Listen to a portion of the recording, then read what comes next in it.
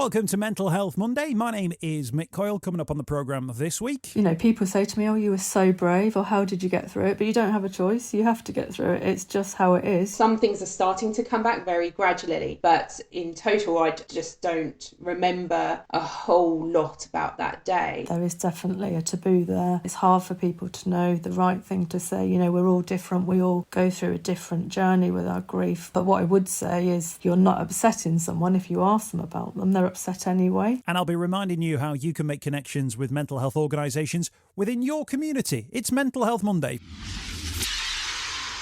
Welcome to the home of the UK's conversation about mental health. It's Mental Health Monday. And if you're new to the podcast, welcome. You're really welcome to come along, join us weekly for conversations about mental health. There are more than 260 episodes of the podcast that we've done since 2017, and they touch on 1,001 different aspects of mental health and people's lives. So by all means, get into that back catalogue. They're all absolutely free, and they always will be, and they're available to download now. My name's Mick Coyle. Really important conversation this week as we head into Baby Loss Awareness Week. Now, it's obviously very much a mental health conversation, although we're obviously talking about something physical as well, because the impacts of losing a child can be devastating. Of course they can, and long-lasting. There are mental health concerns around it and big emotional talking points as well. It can be a truly devastating thing to experience, not just for the parents, but also for wider families. It can have long-term impacts on relationships. 1,001 different things and 1,001 different emotions can come from it, as we'll hear on this week's episode, from confusion, anger, sometimes a bit of maybe resentment, but also there can be some happy moments spread in between as well. And then this idea that it's not just a moment from the past, it's actually something then that can live with people, forever. It's something that stays with a person. It's not a tragedy that you lock away and forget about. Of course, when you've held a baby who's no longer with us, you can only imagine the connections that are made, or the yearning for a connection that sadly could not be established into the future for various different reasons. And there are many reasons that people experience baby loss. Miscarriage is an incredibly common thing. Stillbirth as well. Different complications happening through pregnancy. Neonatal death as well, where a child dies shortly after being born. There are many different reasons why people lose babies. In fact, 13 are lost every single day here in the UK. And on today's programme, we're going to be hearing from two people who've lost children.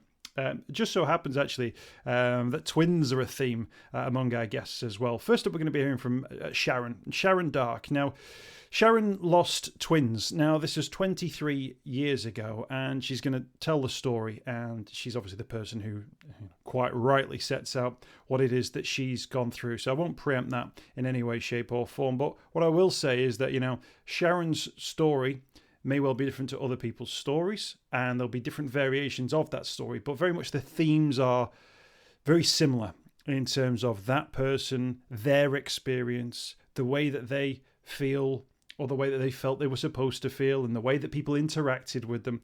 There is a lot in this conversation. First up, we'll hear from Sharon. Later, we'll hear from Rachel. Rachel, who lost one of her twins 6 years ago, and reflects on that journey as well.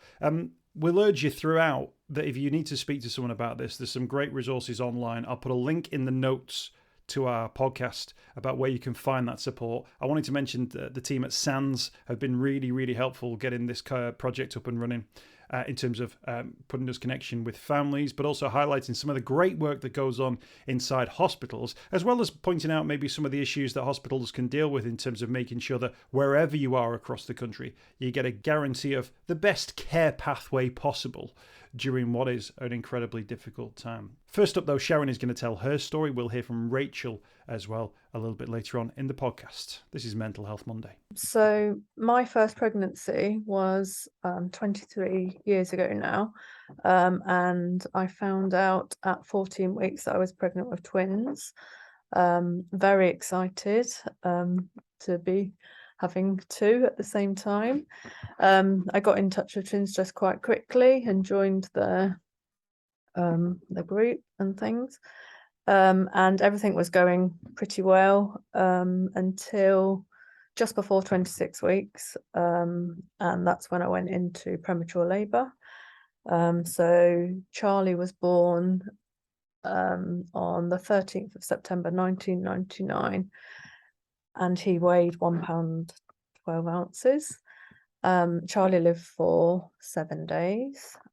Joshua was born 13 minutes later, and he was £1.10, so slightly smaller. And Joshua lived for 14 days, 2 weeks. Yeah, so 7 days. 7 days and 13 days. Yeah, so I didn't have any incubators at my local hospital, so we were sent an hour and a half away to Stoke-on-Trent, and yeah, had really, really good care, actually. Really, obviously a really, really difficult time. We had lots and lots of ups and downs on the neonatal ward, but did and do have lots of lovely memories of the time that my twins were alive. So then after they died, I got in touch with Twins Trust to ask them to stop sending me their magazine, and found out about the bereavement group. And I had a befriender for about a year, which was someone that I could talk to on the phone, email, write letters to, who had also lost her twins. And for me, that was really, really important, just to find somebody else who really, really understood how I was feeling. Had great support from my family and friends, but for me it was Twins Trust, which was Tambra at that point, and SANS actually, that probably got me through. And then a year later I had my daughter, Jess, and that's when I started to become a befriender for Twins Trust, on a voluntary basis. And I did that for about 18 years. And then, so 8 years ago, I was asked to be the coordinator of the bereavement group. So that's when I've become even more involved and sort of led the group. Yeah, I've been doing that ever since. Sometimes people, Sharon, use the phrase turning pain into purpose, that if you go through a difficult time, you think, right, well, how can I use this experience for good? And it strikes me, Sharon, that that's exactly what you've done during your most difficult time and the work you've done subsequently. The stat is something like 13 stillbirths, miscarriages, neonatal deaths a day. I think when I first heard that, I thought, goodness me, there are so many people going through an experience. That's an incredibly high number. There must be so much hidden heartbreak, stories that we don't maybe hear about, of women, of mums who are going through experiences like yours in every town, in every city across the country. Yeah, and for twins, triplets and more, it's even higher. So it's double the chances of having a stillbirth, and it's 4 times as likely to have a neonatal death. So yeah, yes, sadly I speak to lots and lots of people. It's good that they find us, it's good that they know that we're here and they can access the support that we offer. But yeah, there are lots and lots of people, and at Twins Trust we have people all over the UK, but we're also finding lots more people coming to us worldwide, so we're supporting lots of people from other countries as well. Do you get the sense ever, Sharon, that there's a taboo, that maybe people don't know if it's something that they should talk about, or they don't know how they can talk about it, or equally people who know someone who's gone through it don't quite know how to open up a conversation about it? What's the story there, do you think? Yeah, absolutely. Yeah. For me, it's been so important. It's been talking and saying my twins' names and sharing things about them has been so important. And now, like 23 years on, keeping their memory alive is so important. And I think within our baby loss community, we're all really good at doing that. We can all talk to each other. We have online groups, we have befriending, we have lots of things at Twins Trust that do open up conversations. But in the wider community, yeah, there is definitely a taboo there, and it's hard for people to know the right thing to say. We're all different, we all go through a different journey with our grief. We all want slightly different things. But what I would say is that, you know, almost everybody I've spoken to does want to talk about their twins. You're not upsetting someone if you ask them about them. They're upset anyway. All you're doing is, you know, opening up a conversation. And what I would say, if you are one of those people who are trying to support someone who's had a baby loss, is, you know, just ask the question, just be there, just give the support, and just be led by the person that you're trying to support. What sort of emotions do you tie to that time when you think back about what you went through? Yeah, it's just in some ways it's quite a blur. You know, it's just like, you know, people say to me, oh, you were so brave, or how did you get through it? But you don't have a choice. You have to get through it. It's just how it is. You know, I didn't know any different. It was my first pregnancy. I was very, very led by the midwives. So particularly when they died, when they were asking me about doing all the memory making things, having their hand and footprints, did I want a lock of hair? Did I want to bath them?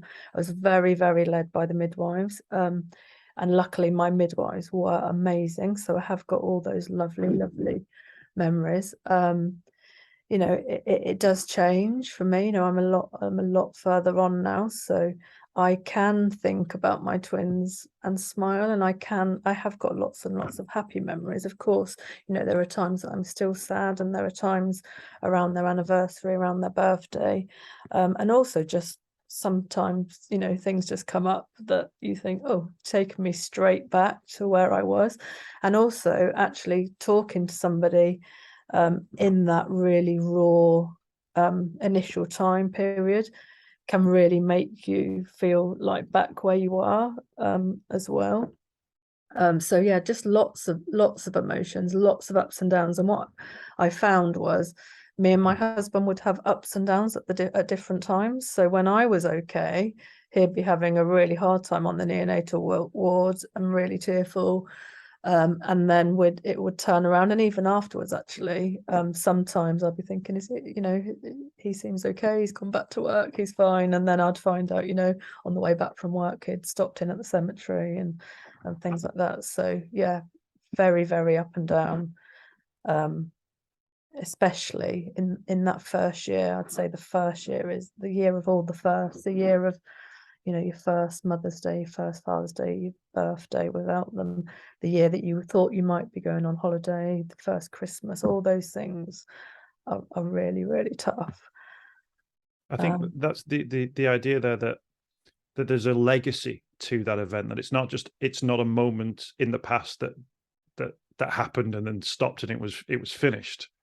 That this is actually something that you carry with you, and you can carry it with positivity, but you can carry it with negativity, or you can carry it with a sense of, you know, of notification, if you like, that these things are coming around as well. But I think that's maybe something that we have to be aware of, that it wasn't just the bad thing that happened in the past. It can actually be something that is still with someone. Is that fair to say? Yeah, and I think, you know, all the way through, you're thinking of things that they would be doing. So when they would start school, you know, my children are both, well, one's just finished university and one's at university. So having them go off to university, having them learning to drive, all those things sort of reinforce what Charlie and Joshua didn't do. So yeah, it's definitely a lifetime thing, you know, that would they have got married? Would they, you know, my son's really into football. Would they have both loved football? They both love maths. Would they both be good at maths? You know, would they have been different to each other? All those kinds of things. And actually, I always say to people, in the initial days, those things are really hard to think about. But for me now, I like to think about those things. I like to wonder what they would be doing, and, you know, and yeah, just have some time thinking about them, really. When you speak to families who've maybe lost somebody, maybe a miscarriage or a stillbirth, who've had a different experience to you, and maybe didn't have the same sort of journey up to the point of maybe potentially saying goodbye, if you like, do you find that they have different emotions, or do you find you empathize with them in slightly different ways? Yeah, I think obviously at Twins Trust we do have a lot of people with different experiences. We do have a lot of people that have a surviving twin, so they've got obviously that thing of, you know, absolute devastation that one twin's died, alongside the joy of one twin being alive and trying to care for those. And I do talk to lots of people with lots of different experiences, whether they're, it might be an early loss at 12 weeks, it might be a loss after birth, maybe 2 years old. And yeah, I'd say that, on the whole, yeah, we all just get each other. We all just understand. There's just that empathy there. But what we do at Twins Trust is we have befrienders and we try and match people up to their experience.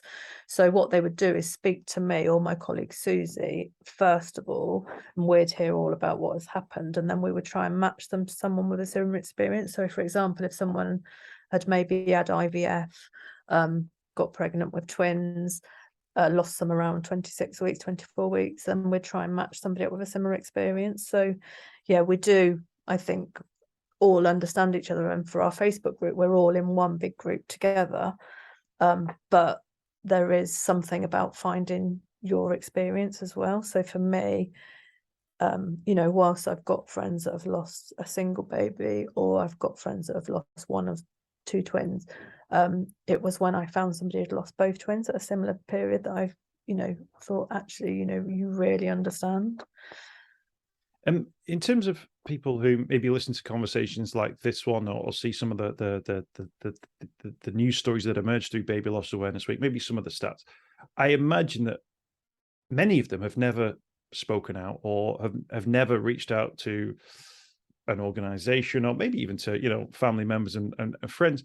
What do you say to people who are inexperienced, maybe listening to this and thinking, that's my experience, or that sounds like the sort of thing that I went through, but up until this point, the easiest thing for me to do, or the coping mechanism that I've sort of adopted, is to place it, in a box on the corner, in the corner, if you like, or push it to the back of my mind. What would you say to someone who's sort of maybe in that situation? Yeah, so my own experience was, it took me 3 months to actually really reach out to Tamba and Sans, and so I can really, really understand. It's really hard to make that first phone call, to send that email.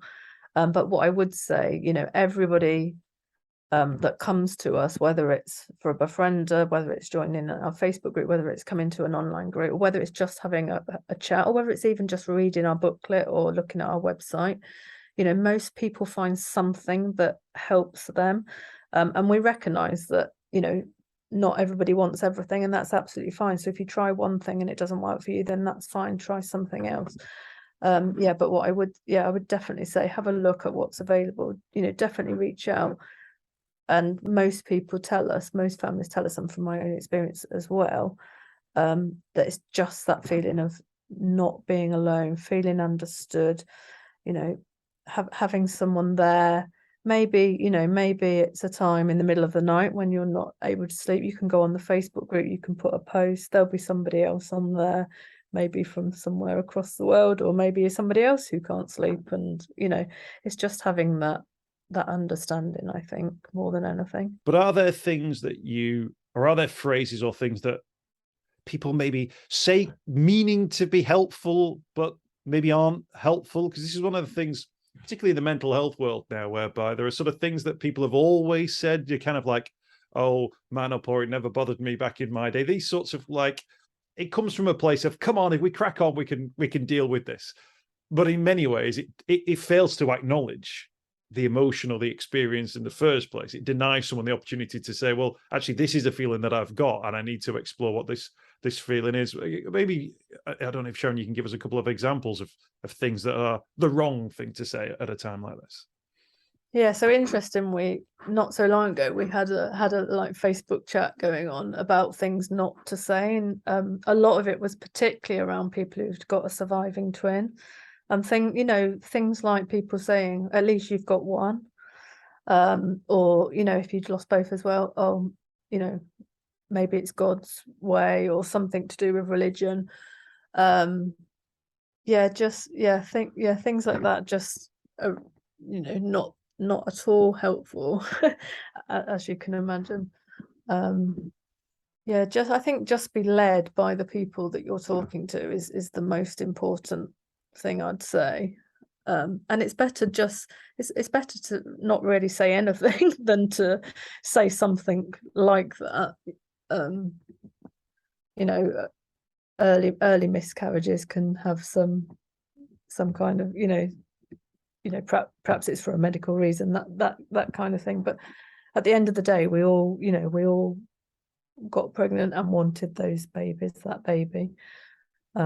So yeah. I think it does. I think it does come from a place where people think that their advice, they want to give advice, they want to feel like they're being proactive. But actually, what you just said there, which is basically you don't have to say anything. And actually, the idea of listening and then signposting, and you mentioned some of the organization, Twins Trust yourself, twinstrust.org, SANS, Tommy's organizations where you can go, well, shall we take a look at this website and maybe see what local support groups are available, or if there's a helpline, or that actually sometimes that is a more support, even though you're coming sort of sideways rather than head on. You're potentially helping somebody out a little bit more. Yeah, and we have made quite recently quite a lot of resources. So if you look on our bereavement website, particularly under bereavement resources, we've got lots of things about what to say, what not to say, what loss can look like, leaflets aimed at health professionals. So our bereavement booklet covers almost everything from funerals, from personal stories. So yeah, if you're a family member supporting someone who's lost twins, triplets or more, definitely have a look and definitely read some of the material, or just email us. I'm happy to support anyone, a granny, a friend, a family member, anyone. We do have people just emailing to ask what's the best way to help. So yeah, I think it's just, and to be honest, if you're that kind of person that's thinking all these things, you'll be great anyway. That you're already halfway there because you're already thinking these things.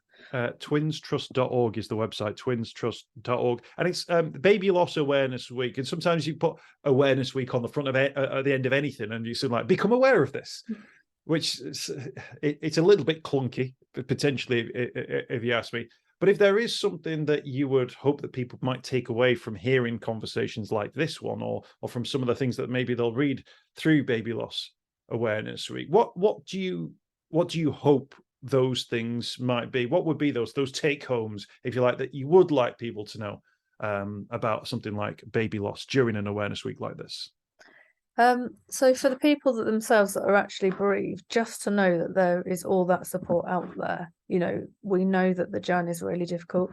You can come to us at any point. It doesn't have to be straight away. It can be 2 years on, it can be 20 years on. So for bereaved people, just have a look at what's support out there, from ourselves, but like I said before, from all the amazing charities that are involved in Baby Loss Awareness Week. For health professionals, family, friends, just knowing that we're there really, and just have a look at our resources, etc., and just be there really for support. Just know that you can make the difference with what you say. Health professionals, just know that what you do can make such a difference. And just, I think as well, just giving the people that are bereaved that opportunity to be able to share their story, reading other people's, but over the week we'll be sharing at least a story a day of somebody who's lost twins or triplets. Just hopefully, that makes you feel that little bit less alone, just knowing that you're, other people do understand. So just like you said at the start, I think opening up conversations, if people want to talk about it, we're happy to talk, we're happy to support those conversations. Sharon, thank you so much for your time. Really appreciate you speaking to us, and thank you for sharing your journey. And it's great to hear about the work that you're doing now at twinstrust.org. You can go to the website. There's the bereavement link through there as well, where you can find out some more information about the resources, but also the support that's available. And thanks for joining us. Thank you. Thank you very much for having me. That's Sharon sharing her story. Incredible bravery to be able to share that story. And it's also great to hear that she's doing fantastic work now with the Twins Trust to help and support other families who are going through something similar. There is a link to Twins Trust written specifically on the podcast notes as well, so you can click on that at Twins Trust. If you type Twins Trust bereavement into Google, it will also come up there, but there's a link in there as well. So Sharon, thank you so much for your time. We're going to hear from Rachel now. Now, Rachel, just so happened as well, became pregnant with twins and lost one of her twins for reasons that we'll find out about in the conversation. And once again, we thank people for being so open and honest with their stories and with their journeys when it comes to baby loss. We're going to be hearing Rachel's story, and she's going to guide us through exactly what happened to her and her family. Yeah, so I had my first pregnancy, twin pregnancy. We found out very early on that they had twin-to-twin syndrome. So we had lots of hospital visits, and basically we were told from the get-go the likelihood of survival for one or maybe both children would be very slim. We had to go for ablation, laser ablation surgery at 17 weeks, and that gave us a bit of a chance, but we were told then it was more to help twin one more than twin two, who is the donor. So obviously very hard, but it was very stressful, and obviously one of those things that we had thought about at the beginning, that we might lose one or both. So very present from the start of our pregnancy. Then 27 weeks, I went into natural labour as a result. And yes, so both girls were born, and then Ophelia died 9 hours after birth. So we had Athena still fighting for her life in neonatal, and at the same time dealing with the grief and the loss of Ophelia. With that in mind, I think when parents go into a pregnancy situation, you're sort of wary of the variables, and then you obviously educated yourself in regard to what was potentially happening, and there was a procedure in place as well. Mm-hmm. But I guess when it comes to that moment, your mind goes in a million different directions as you try and get to grips with what's happening in the surroundings. Yeah, we kind of went into survival mode. It was like we also went into the frame of thought of, let's just think positive. Let's not think about the negatives. Let's not even consider that we'll lose either child. And so that was the mindset we had, even though every single appointment was very negative. In the best way possible. The doctors and nurses and the people that we saw, sonographers, did their best to try and be reassuring, but obviously the odds were not good. And so we tried to do all these different things, but ultimately we were on survival mode, and we were just trying to do whatever we could to get through it. But actually looking back, we weren't really surviving. We were just kind of living and just trying to get through every day whilst my belly was getting bigger and the pregnancy was developing and the babies were getting better, but not too much better. And maybe there might be some hope. And then the next week, oh no, there's not hope.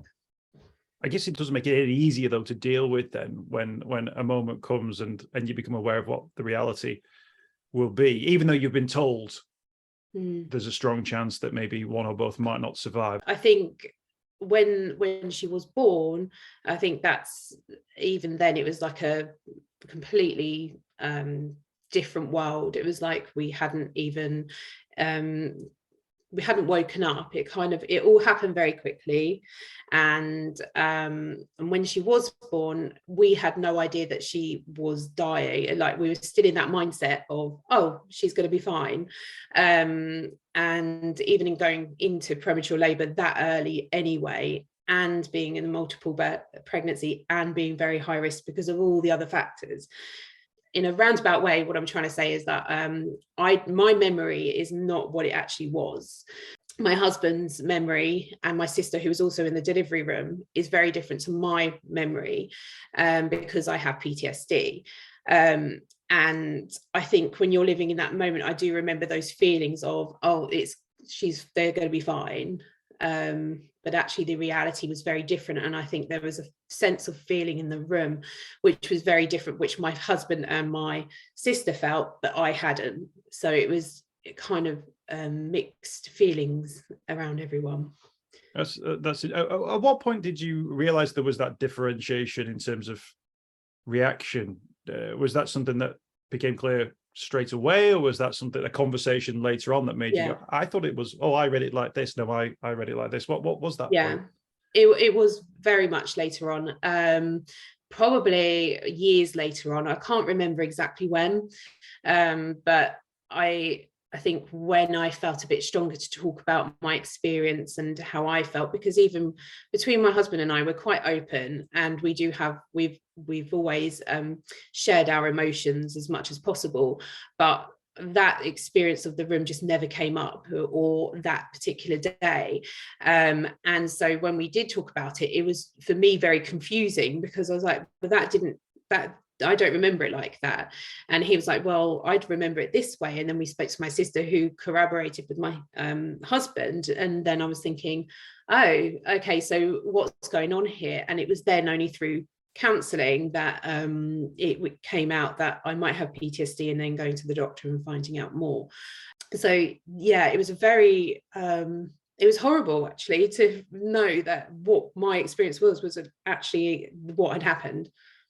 I grew up in a world where PTSD was the thing you heard about on the news, people talking about soldiers returning from Iraq, that you would hear about that. And it's so interesting to hear that PTSD now is being attributed in many different situations. But if you have experienced something traumatic, your brain's way of dealing with it, or attempting of its way to deal with it, completely understandable that a situation like this might put you into this situation.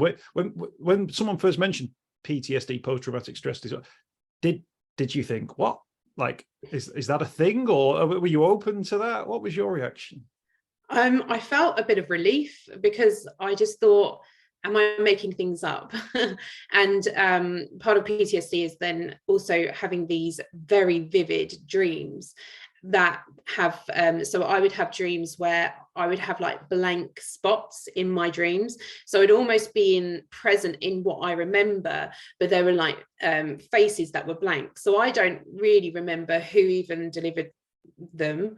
I don't remember anyone else that was in the room. I don't remember a lot. Some things are starting to come back very gradually, but in total I just don't remember a whole lot about that day. And so when it was mentioned to me, I kind of had this relief and thought, oh, there's a reason for this, and maybe I'm not going mad, and I'm not dramatizing or dreaming this perfect image that actually wasn't there, but it was actually my mind and my body's way of helping me cope with that instance. Like you say, the brain is functioning in that way to try and protect me and help me in that instance of that traumatic event. And then further on down the line, it's obviously then made things more blurry. So it was a relief to have an idea of what was going on. In terms of other people who are listening to stories like yours, I wonder whether or not, for Baby Loss Awareness Week, one of the issues that we have as a country, as a society, is that we always pin baby loss to a moment in time and say, oh, that was when somebody went through a difficult time and wasn't that sad, and we sent a card or we sent flowers, but then we kind of presume that they grew away from it, or that we moved on. And actually, one of the things that's really struck me, speaking to people like yourself and people who work, particularly in those bereavement circles, talking about the idea that this is actually something which has a legacy, and that legacy can be many different things, but actually we shouldn't look at these things as a moment in the past. It can be something that many people carry with them, and I hope that people can relate to that. I mean, even now it's very difficult to talk about Ophelia. I've only just gotten to the place in my world and my mind where I feel that I can openly talk about her, but even then there are days where I know emotionally I can't go there. I think it comes with sort of the expectations of people around you as well. So, you know, we had people a bit like what you said, kind of, oh, not necessarily saying, are you over it yet? But kind of like, are you going to move on soon? So for your own self, but that's not how grief works. And also that loss, no matter when it happens, whether it's in pregnancy or whether it's during birth or whether it's after birth or even years later, that's a loss. No, it's always a loss. So you have built emotions, and you've put memories or tried to think of things. Oh, we'll do this with them, we'll do this with them. For us, it's a them. But now it's just with her, so her sister, and her and so when people also ask me about how many children you have, it's a very difficult one, because sometimes I'm very open and say 3, because I also have a 3-year-old now, and Ophelia and Athena. Well, Athena's 6, Ophelia would have been 6. So it's sometimes easier to say, oh, I have 2, because sometimes people don't know about Ophelia, and then they might I'm not open to the answer or to the questions. But then the days that I say 3, I know I'm opening myself for questions, or oh, where are they then, what school do they go to? And I'll say, oh, well, they go to this school, or this one's a preschool. And then they say, oh, where's the other one then? And then you'll be like, this one's so Ophelia died, but she's very much a part of our family. So it can be very different moving the later on as things go. Things have been easier for me to talk about, but they're still hard too. So I think it can be difficult as a parent to talk about your loss and your child when there are expectations of people around you that maybe think, well, that was 6 years ago. To us, it wasn't 6 years ago, it's still very present now. And she will always be very present with us, and so it's daily, it's not yearly. No, absolutely. And I think as well, you know, it must be emotionally exhausting having to try and second guess each of those conversations to think, well, if I say this, will they respond this way, or if I say this, will they respond in a slightly different way?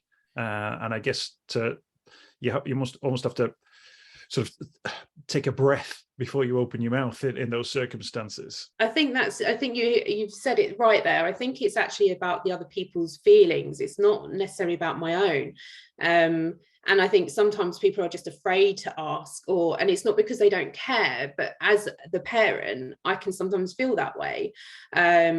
I know I've got some friends who are very open about their loss and their child, and they're very much apart from everything. So whether it's in social media, they always include their name. Now, I haven't really done that because I haven't felt so. It's very individual. And I think sometimes society kind of is like, oh, do we want to ask about them, and do you want to see how they're doing, or is it just best to just pretend and walk away from it?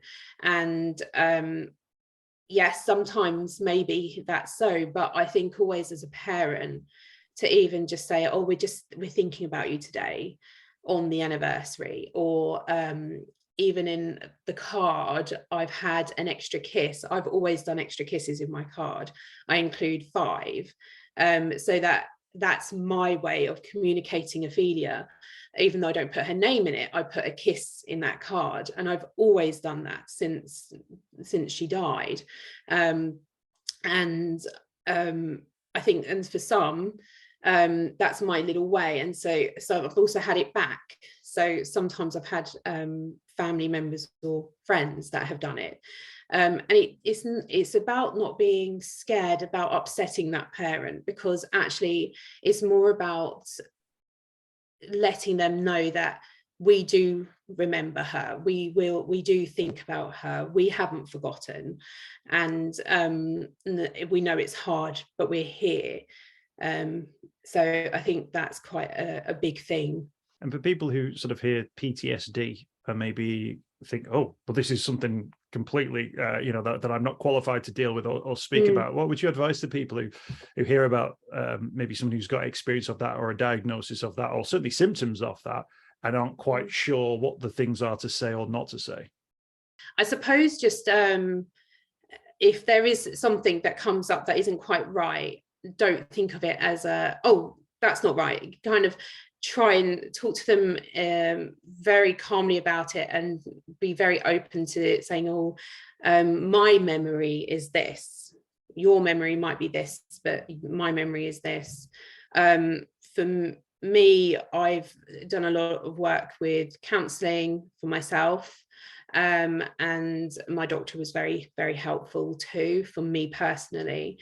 And I think as family members, just knowing that I do have PTSD is actually very nice for me, because I know that if there isn't something quite right, they say that's not what we remember, and then we talk it through together, and just giving them the time, I think.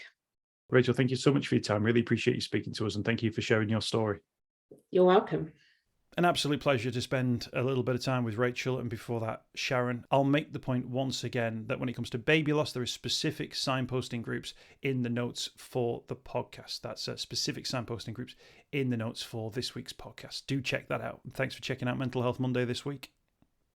I hope you've enjoyed this week's podcast. Thanks for checking out Mental Health Monday. My name is Mick Coyle. You can find me on Twitter at Mr. Mick Coyle. You can also find me, Mick Coyle, on Facebook as well. Don't forget, if you want to speak to somebody about your mental health, you can do so. The Samaritans, free to call on 116 123. You can find mental health services where you are. Just look for the Hub of Hope. Type in your postcode. It'll find those mental health services close to you. And for support in a crisis, you can text SHOUT to 85258. That's if you're experiencing a personal crisis, you're unable to cope and need support. Shout to 85258. That's a text line. Do get involved in those services. In an absolute emergency, always remember the number to call is 999. Thanks for downloading the podcast this week. We'll be back next week with more Mental Health Monday.